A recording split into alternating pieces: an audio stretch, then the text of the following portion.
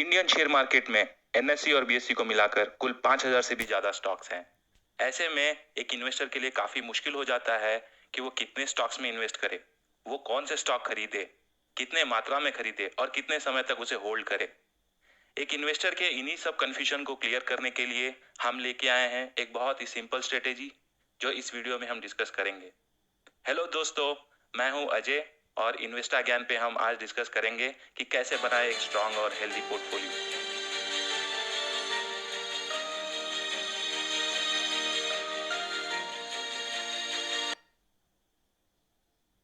बहुत से इन्वेस्टर्स अपने पोर्टफोलियो में 40 से भी ज्यादा स्टॉक्स ऐड कर लेते हैं।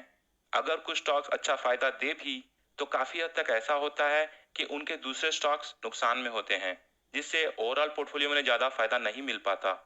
वहीं कुछ इन्वेस्टर ऐसे भी हैं जिनका कैपिटल तो बड़ा होता है, पर क्योंकि वो सिर्फ 3 या 4 स्टॉक में ही इन्वेस्टेड रहते हैं और जिसमें से अगर एक भी स्टॉक में उन्हें नुकसान हो जाए तब भी उनका पोर्टफोलियो उन्हें ज्यादा फायदा नहीं दे पाता।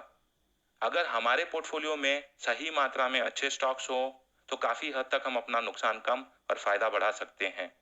हमारा मानना है कि एक समय में एक हेल्दी पोर्टफोलियो में कम से कम 10 से 20 स्टॉक्स होने चाहिए। अगर आप नए इन्वेस्टर हैं तो आप 3 या 4 स्टॉक से शुरू कर सकते हैं और जैसे जैसे आपका कैपिटल बढ़े आप अपना पोर्टफोलियो भी बढ़ा सकते हैं। हेल्दी पोर्टफोलियो बनाने के लिए सबसे जरूरी है कि हम स्टॉक्स को उनके नेचर के हिसाब से कैटेगराइज कर लें, फिर तय करें कि किस कैटेगरी में कितना कैपिटल एलोकेट करना है। आसानी के लिए मान लेते हैं कि हम इन्हें चेस के खिलाड़ियों में कैटेगराइज करेंगे, जैसे कि एलिफेंट, कैमल, हॉर्स और शोल्जर। सेफ इन्वेस्टर्स के लिए हमारा रिकमेंडेशन है कि वो एलिफेंट कैटेगरी के स्टॉक्स में 50%, कैमल कैटेगरी के स्टॉक्स में 30%, हॉर्स कैटेगरी के स्टॉक्स में 15% और शोल्जर कैटेगरी के स्टॉक्स में 5% का इन्वेस्टमेंट करें, जिससे कि 80% कैपिटल हमेशा सेफ स्टॉक्स में रहे और पोर्टफोलियो का ओवरऑल रिस्क कम हो। चलिए अब हम इन सभी खिलाड़ियों को डिटेल में डिस्कस करते हैं। एलिफेंट कैटेगरी में इन्वेस्टर्स को फंडामेंटली स्ट्रांग और स्टेबल स्टॉक्स को पिक करना चाहिए, जिसमें रिस्क काफी कम और फायदा काफी ज्यादा होता है। हमारे हिसाब से आप निफ्टी 50 स्टॉक्स को इस कैटेगरी में पिक करें, जो कम से कम 10 से 12% सालाना रिटर्न देने के लिए जाने जाते हैं। उदाहरण के लिए रिलायंस, एचडीएफसी, टीसीएस, एशियन पेंट, बजाज फाइनेंस जैसे कुछ स्टॉक्स। इस कैटेगरी के स्टॉक्स को आप लंबे समय के लिए होल्ड करके रखें। हमारा रिकमेंडेशन है कि आप कम से कम 5 साल के लिए होल्ड करें।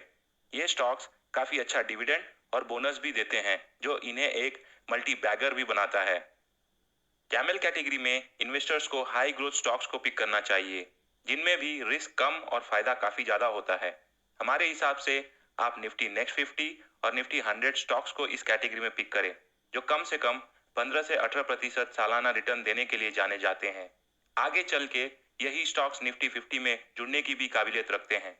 उदाहरण के लिए Marico, Havells India, Colgate, Berger paints, Lupin जैसे कुछ स्टॉक्स। हमारा रिकमेंडेशन है कि आप इस कैटेगरी के स्टॉक्स को कम से कम 3 साल के लिए होल्ड करें, जिससे आपको काफी अच्छा फायदा हो सके। हॉर्स कैटेगरी, हम नाम से ही समझ सकते हैं कि ये स्टॉक्स कितने एग्रेसिव होने चाहिए। इन्वेस्टर्स को हॉर्स कैटेगरी में ऐसे स्टॉक्स पिक करना है जिसमें कोई बड़ा टेक्निकल ब्रेकआउट हुआ हो या कोई पॉजिटिव बिजनेस डील या एक्स्ट्रा ऑर्डिनरी रिजल्ट अनाउंस होने की संभावना हो। इन स्टॉक्स में काफी ज्यादा रिस्क तो है, पर उसके मुकाबले फायदा भी काफी बड़ा होता है। ऐसे स्टॉक्स काफी कम समय में इन्वेस्टर्स को 20 से 25% रिटर्न आसानी से देने की काबिलियत रखते हैं। उदाहरण के तौर पे ऐसी तेजी हमने हाल ही में Dollar industry, Gentech, IX, Indiabulls housing, Rain industry जैसे कुछ स्टॉक्स में देखी थी। क्योंकि इस कैटेगरी के स्टॉक किसी इवेंट पे तेजी दिखाते हैं, हम इन्हें सिर्फ 3 से 6 महीने के लिए होल्ड करने की सलाह देंगे। शोल्जर कैटेगरी में इन्वेस्टर्स को फंडामेंटली स्ट्रांग पेनी स्टॉक्स को पिक करना है, जिनमें रिस्क और फायदा दोनों ही काफी बड़ा होता है। ऐसे स्टॉक्स में जब भी तेजी आती है, ये इन्वेस्टर्स को 50 से 100% से भी ज्यादा रिटर्न दे जाते हैं। उदाहरण के लिए BCG, Trident, JP associate, dish TV, Morepen lab जैसे कुछ फंडामेंटली स्ट्रांग पेनी स्टॉक्स।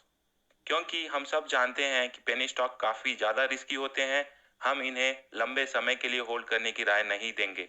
हमारे हिसाब से इन्वेस्टर इन्हें 1 से 2 साल तक होल्ड कर सकते हैं। पोर्टफोलियो बनाते समय इन्वेस्टर्स को यह ध्यान रखना है कि वो एक स्टॉक या एक ही सेक्टर के स्टॉक्स में ओवर इन्वेस्ट ना करें। हमारा रिकमेंडेशन है कि आप एक स्टॉक में 10% से ज़्यादा कैपिटल इन्वेस्ट ना करें। एक ही सेक्टर के स्टॉक्स में 25% से ज़्यादा कैपिटल इन्वेस्ट ना करें। एक और ज़रूरी बात, आप अपने पोर्टफोलियो को समय समय पर रिव्यू करते रहें और ज़रूरत के हिसाब से चेंजेस भी करते रहें। वीडियो में बताए गए सभी स्टॉक सिर्फ उदाहरण के तौर पर ही है। हम इनमें से किसी भी स्टॉक में बाई या सेल का रिकमेंडेशन बिल्कुल भी नहीं दे रहे हैं। दोस्तों, उम्मीद करते हैं कि आपको हमारा ये वीडियो काफ़ी पसंद आया होगा। आगे हम आपके लिए स्टॉक मार्केट से जुड़े और भी वीडियोस लाते रहेंगे।